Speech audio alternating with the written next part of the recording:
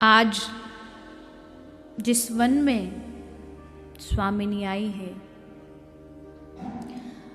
उस वन की शोभा तो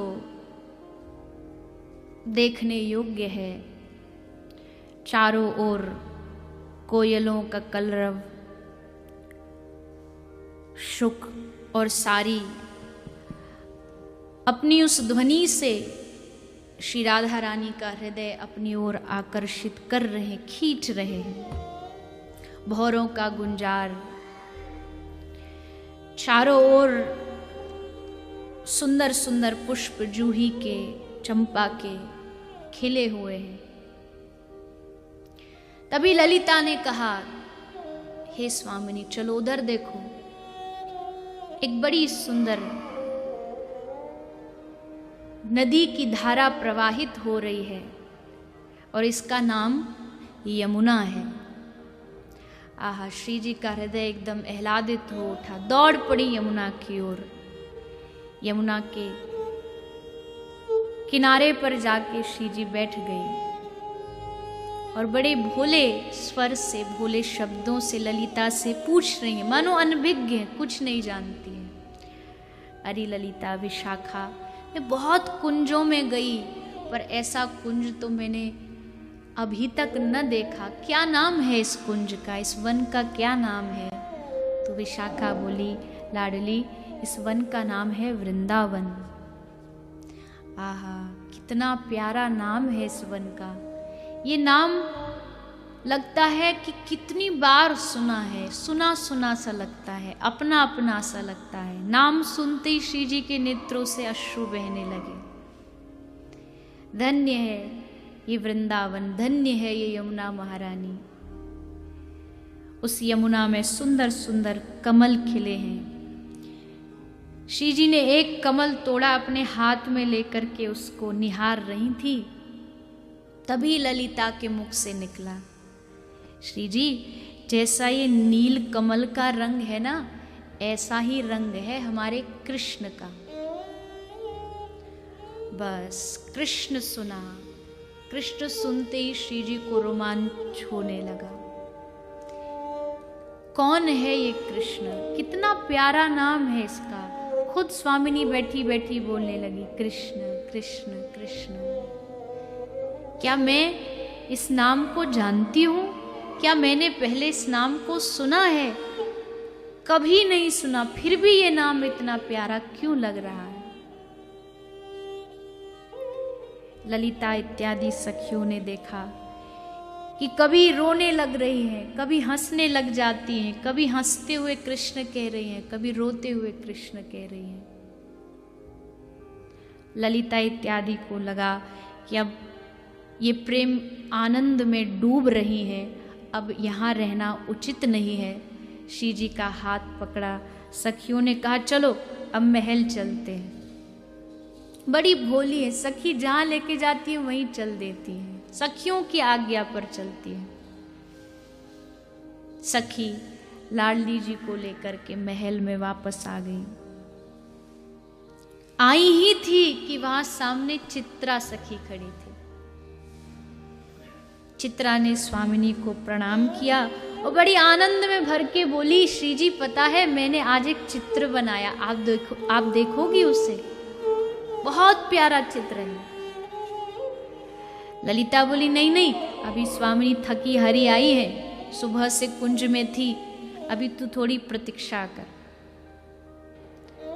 तो चित्रा थोड़ा रूठ गई ललिता से कि अच्छा, खुद तो दिन भर स्वामिनी से चिपकी रहती है, मैं थोड़ी देर आई तो मुझे भगा रही है, मैंने इतने प्रेम आनंद से चित्र बनाया, रूठ गई।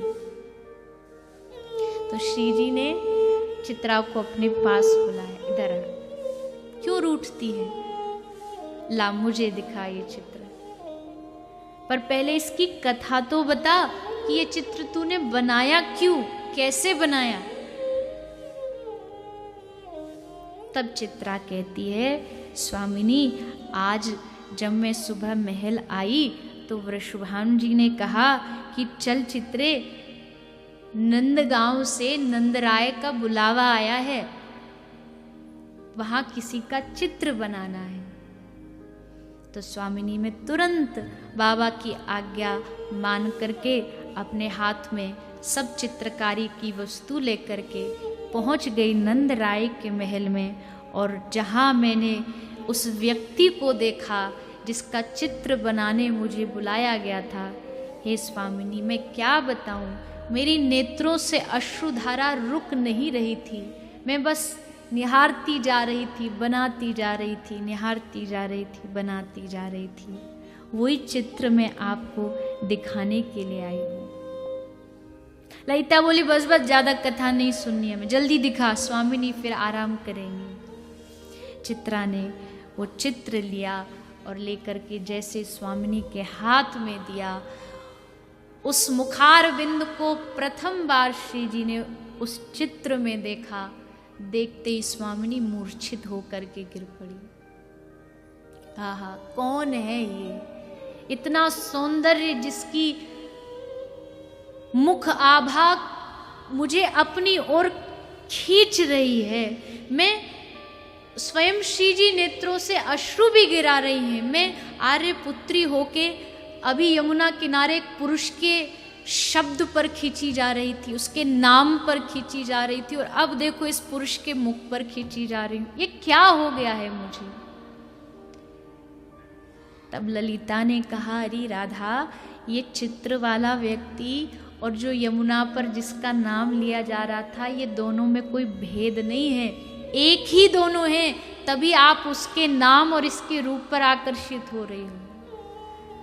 श्री जी आनंदित हो उठी। उस चित्र को श्री जी ने छोड़ा नहीं, उसको अपने हृदय से लगा लिया। इतना सुंदर रूप।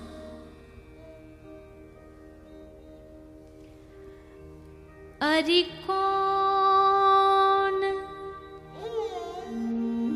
सलोने रूप,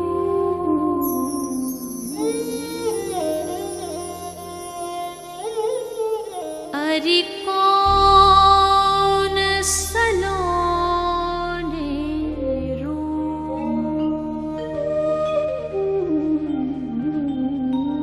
अरे कौन सलोने रूप,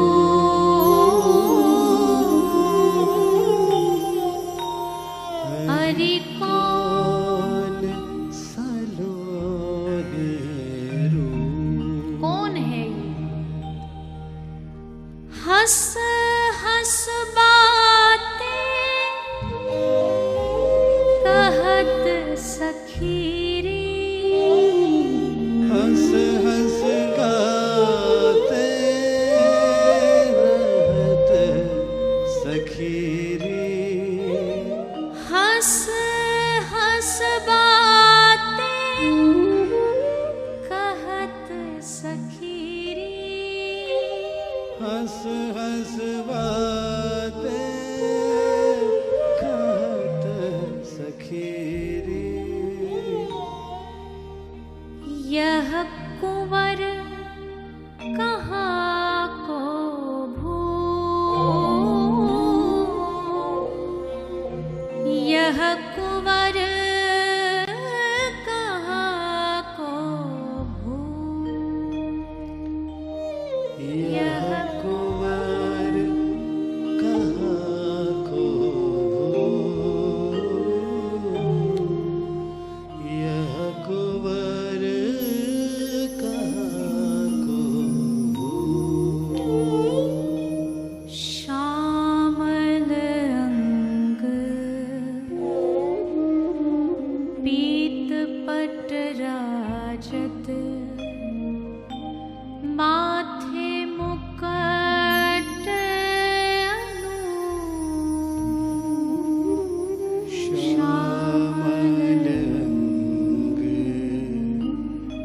पीत पट राजे, माथे मुकुट भ्रकुटी निकट, नैन रस बरसत, भ्रिकुटी निकट नैन रस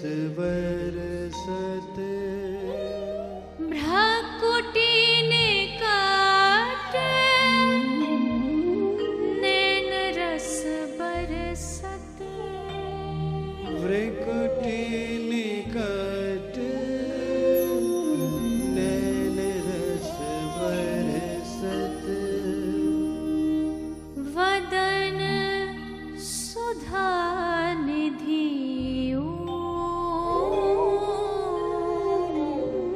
हरिवदन सुधा निधि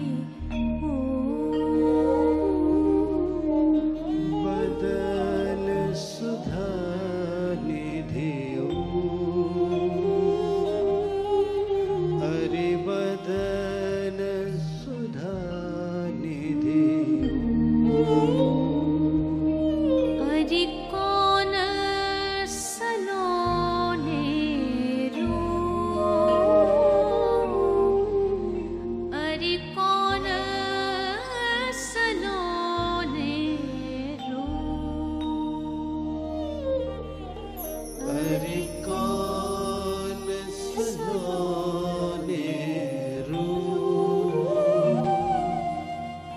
हरि कौन सलोने कौन है ये इतना प्यारा इतना सुंदर। श्री जी अब अपने हृदय को एकदम विचलित हो गई, रोक नहीं पा रही इस श्याम सुंदर की एक रूप छटा को देखने के लिए। और अब तो वो दिन आया, वो घड़ी, वो मुहूर्त, वो क्षण आया जब आज स्वामिनी अपने बरसाने से निकल करके नंदगांव की ओर जा रही थी। रास्ते में एक प्यारा सा सुंदर सा सरोवर, वहां पर श्याम सुंदर खड़े थे और स्वामिनी वहां पहुंची। वो चित्र तो हृदय में बैठा ही था, रात्रि को दिन में हर क्षण वही हृदय में बैठा था। कौन है ये, कहाँ रहता है। और जैसे ही श्री स्वामिनी आज पहुंची, सामने श्याम सुंदर खड़े थे। श्याम सुंदर को देख करके स्वामिनी एकदम अचंभित हो गई, स्वेद बिंदु झरने लगे। और इनकी दशा तो फिर भी संभाली जा सकती थी, पर उधर तो कुछ और ही हाल था। आज तो श्याम सुंदर अपनी दशा ही भूल गए। कौन हूं मैं, क्या नाम है मेरा, कुछ होश नहीं रहा। भाव में आकर के दोनों श्याम सुंदर और श्यामाजू एक दूसरे को निहारते रहे, निहारते रहे, मूर्छित हो गए निहारते निहारते। कहते हैं ना, शास्त्र कह रहे हैं सृष्टियां बदल जाती हैं, पर ये प्रेम की मूर्तियां आपस में एक दूसरे के दर्शन करते करते कभी अघाते नहीं हैं। इतना प्रेम भरा है, प्रेम का ही आकार है श्री कृष्ण और श्री राधा। थोड़ी देर बाद जब भान आया, मूर्छा दूर हुई, तब वार्तालाप हुई। श्याम सुंदर ने पूछा, कौन हो तुम? स्वामिनी जी चुपचाप खड़ी रही, कुछ नहीं बोली, शांत, बोली बाली है, समझ ही नहीं आ रहा क्या बोलूं। तो ठाकुर जी ने फिर कहा, तुम बोलती क्यों नहीं हो, बोलो ना, कौन हो तुम? तो श्री जी बड़ी संकोच में आके कहती हैं, मैं राधा हूं, मेरा नाम राधा है। श्याम सुंदर बोले, पहले तो तुमको कभी देखा नहीं, कुंज में सब सखियां आती हैं, तुम तो पहले कभी आई नहीं। मैं कम बाहर जाती हूँ, अपने महल में ही रहती हूँ, मैं बाहर कहीं नहीं जाती, आज बस आई हूँ। ठाकुर जी बोले, अच्छा मुझे जानती हो मैं कौन हूं? अच्छा, नाम तो तुमने सुन ही रखा होगा, पूरा ब्रज जानता है मुझे, तो सुन ही रखा होगा नाम तो तुमने।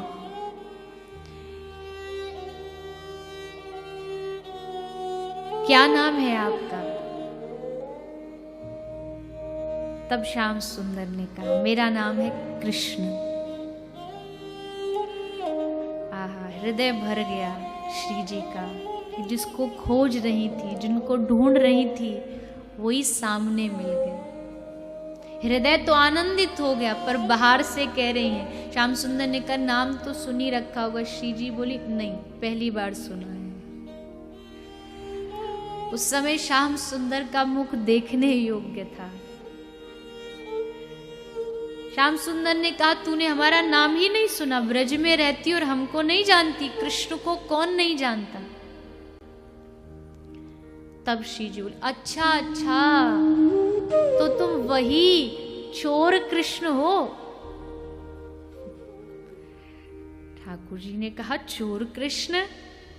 अरे तेरा क्या चुरा लिया हमने जो तू हमें चोर कहती है? असली चोर तो आप हो।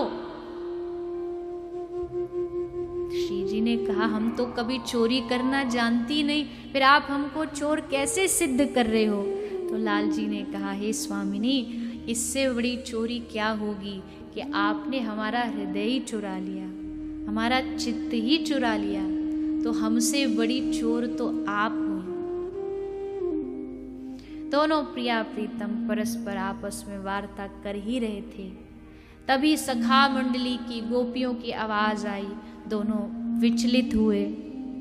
सखियों ने कहा, चल राधा, सांझ हो गई, जल्दी घर चल।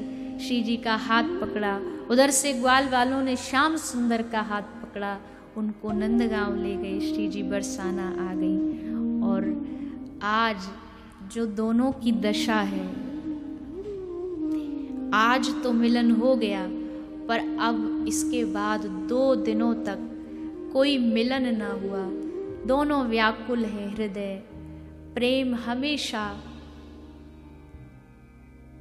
मिलन की उत्कंठा तो रखता है, लेकिन विरह उस प्रेम की और उस प्रेम को बढ़ाता है।